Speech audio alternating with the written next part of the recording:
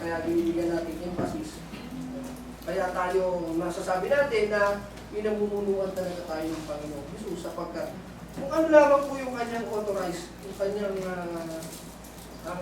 ang sinasabi ng Biblia ay siya natin ginaganap o ginagawa.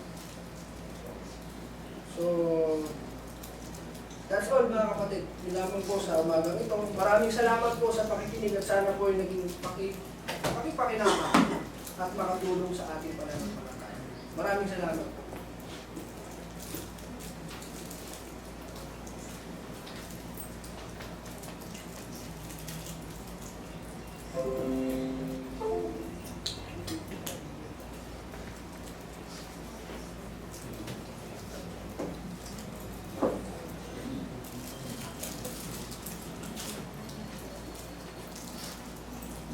Maraming salamat po sa puro sa araw na ginagawa sa atin ng ating kapatid, si David namin. Tayo po ipapatuloy sa produkto ng tinapay at tubig ng saro. Tayo po muna umawit sa page 280.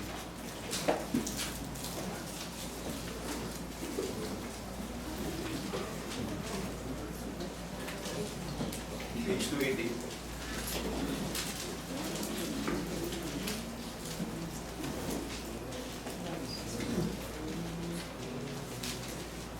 The dreadful night. Ready? Sing.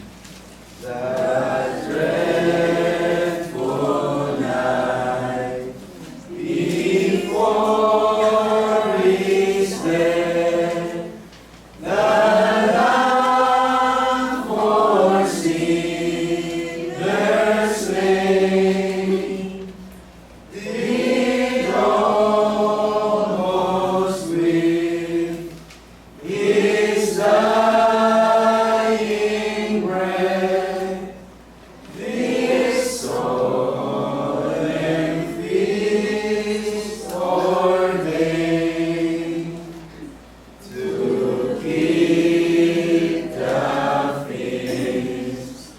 Lord, we have met and to remember Thee. Help each redeemed one to repeat. For me, died for me.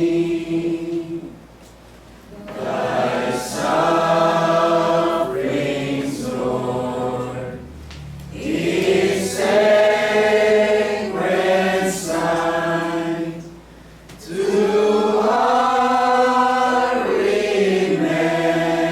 remembrance brings. We eat the bread and drink the wine, but think on no earthly things. Kung mo nababasa ng talata sa 1 Corinthians, chapter 11, verses 23 to 29. Ano ito po sinasabi? Sapagkat tinanggap ko sa Panginoon ang binibigay ko naman sa inyo, na ang Panginoong Isus sa Bensya, pagkanulo, ay 20 ng tinapay. At ang siya'y makapagpasalamat ay pinagputol-putol at sinabi, ito'y aking katawan na pinagputol-putol dahil sa inyo. Gawin niyo ito sa pag-aalaala sa akin. At gawin din naman ay hawakan ng sarong pagkatapos ng makahapon. Sinasabi, ang sarong ito ay siyang bagong tipan sa aking dugo. Gawin niyo ito sa tuwing kayo mag-isinom sa pag-aalaala sa akin. Sapagkat sa tuwing kanin niyo ang tinapay na ito, at inumanin niyo ang sarong, ay nihagi niyo ang pagkamatay ng Panginoon hanggang sa dumating siya. Kaya tas sino mong kumain ng tinapay o uminom ng sarong ng Panginoon na di nararapat, ay magkakasala sa katawan at dugo ng Panginoon. Tatapwat siya sa atin ang tao ang kanyang sarili at saka kumain ng tinapay at uminom ng sarong. Sapagkat ang kumakain at uminom ay kumakain at uminom ng hatol sa kanyang sarili kung hindi niya kinikilala ang katawan ng Panginoon.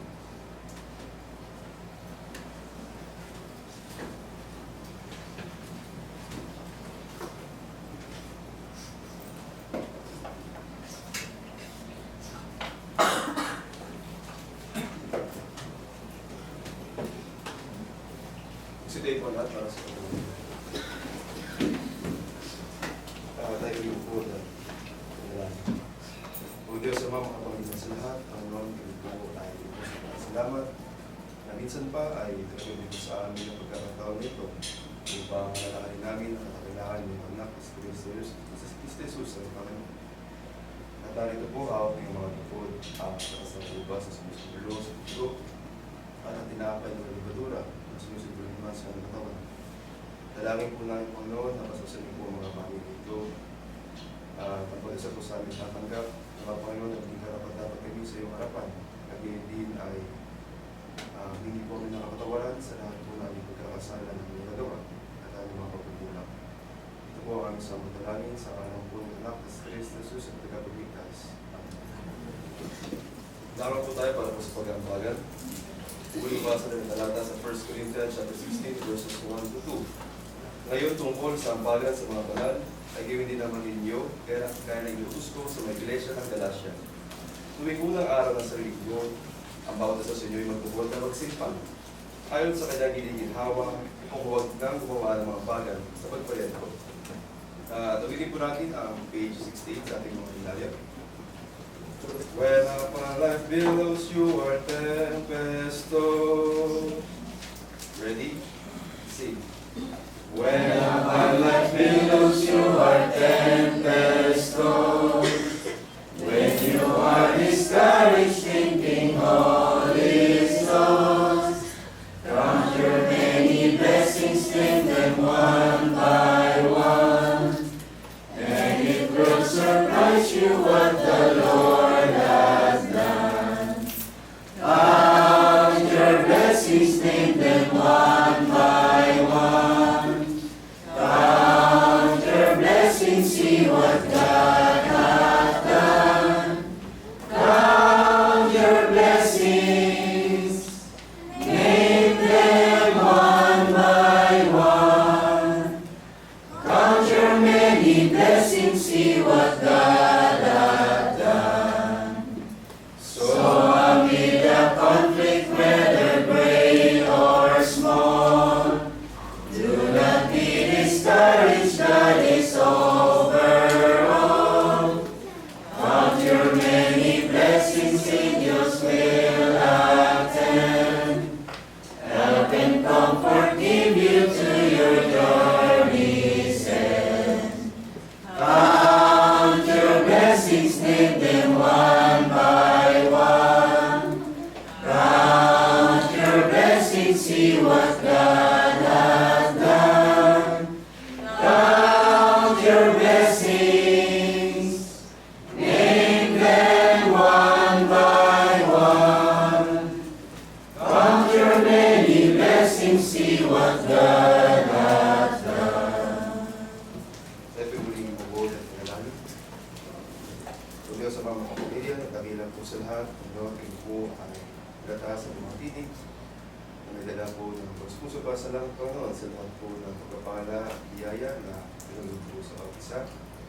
At ganyan din po, Panginoon, napapasalamat po kami sa gagawin po namin buhay kalakasan, Panginoon, sa mga oras na ito.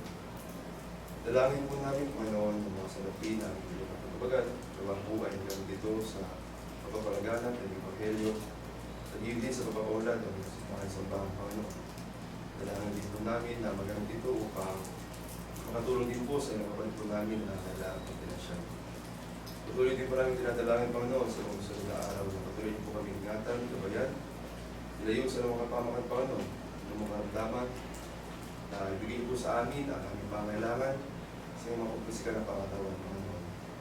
Hindi na dalangin po namin na patuloy po sa amin ang kapayapaan sa mga puso isipan.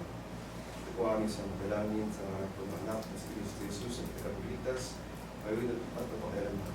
Amen.